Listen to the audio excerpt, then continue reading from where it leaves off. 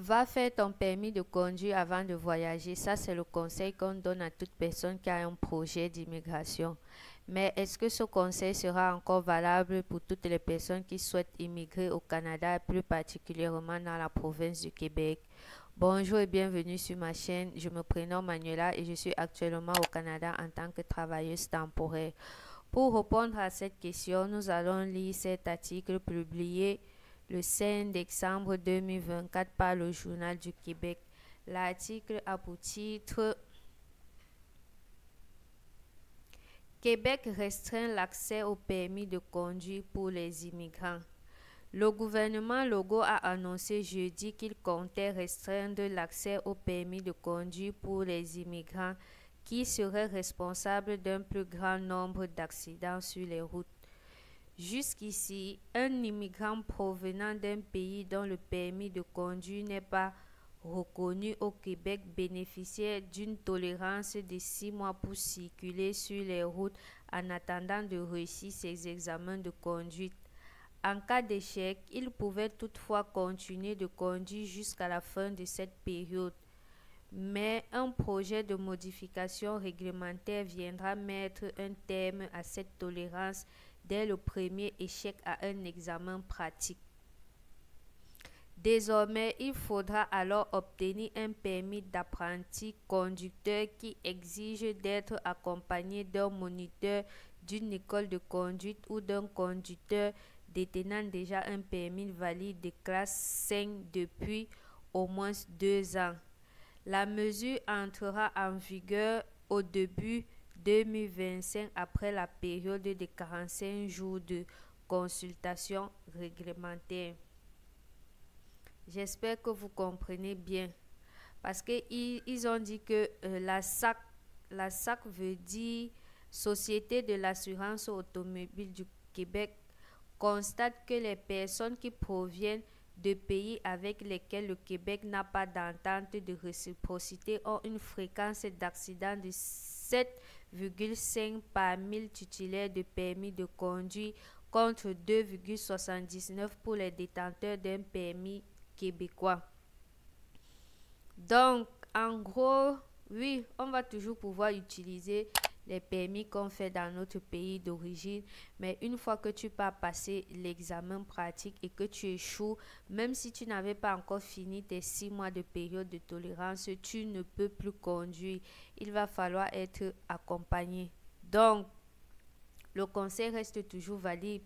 Ceux dans lesquels on dit aux personnes qui veulent voyager de faire leur permis de conduire avant de voyager.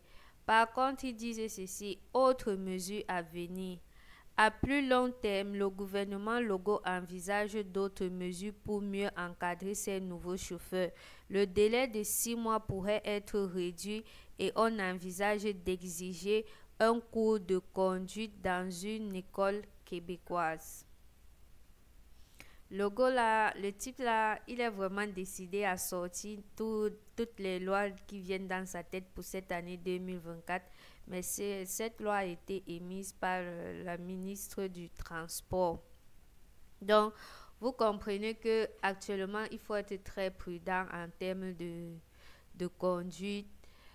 Les conditions également se resserrent côté utilisation de nos permis que nous venons avec depuis nos pays d'origine. Et croyez-moi, si cette loi est vraiment appliquée et si la période de 6 mois est même réduite, ça ne serait pas bon pour nous parce qu'un permis de conduire prend énormément de temps et énormément de frais. Lorsque tu veux commencer le processus ici à zéro, ça prend énormément d'argent et énormément de temps. Et entre jongler, travail, école et tout ça, ce n'est vraiment pas évident.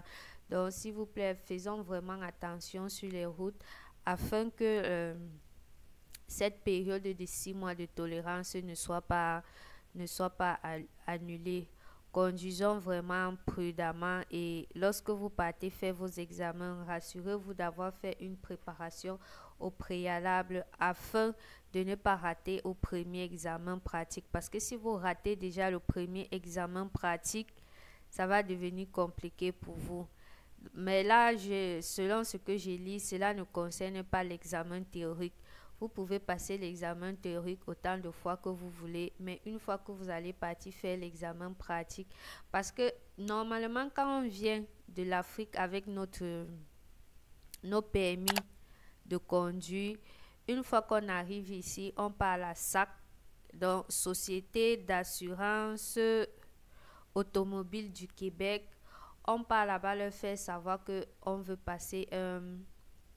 on veut faire le permis québécois.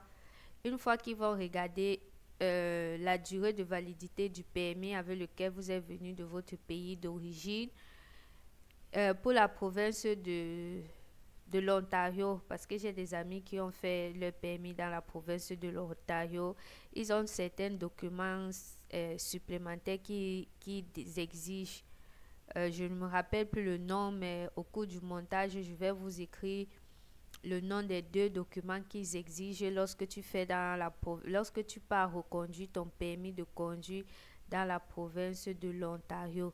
Mais pour ceux qui sont au Québec, aucun document ne leur est demandé si ce n'est la vérification de la durée de validité de leur permis, l'ancienneté, je veux dire, de leur permis de conduire. Donc, une fois que tu remplis ces conditions au Québec, que l'ancienneté de ton permis corresponde à ce qu'ils veulent, et dans la province de l'Ontario, que l'ancienneté de ton permis corresponde à ce qu'ils veulent, et que tu as les deux documents qui sont exigés, tu es programmé pour un examen théorique. Donc, tu es assis devant une machine, on te pose les questions et tu réponds.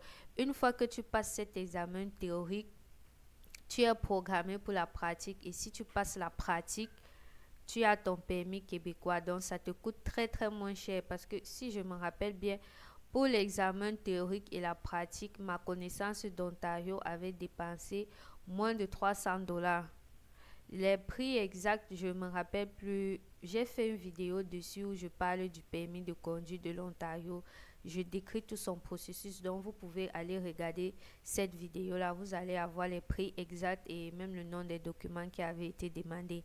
Mais ce qu'on vient de nous dire avec cette nouvelle, que une fois que quelqu'un va partir à son examen pratique et va rater l'examen pratique, d'office, il va arrêter de conduire, même si c'est 6 mois de tolérance, ce n'était pas encore arrivé. Donc faites vraiment très attention avant de partir à la pratique.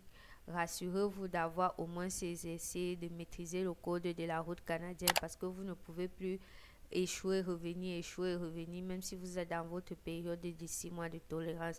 Donc c'était tout, mais le conseil reste toujours valable.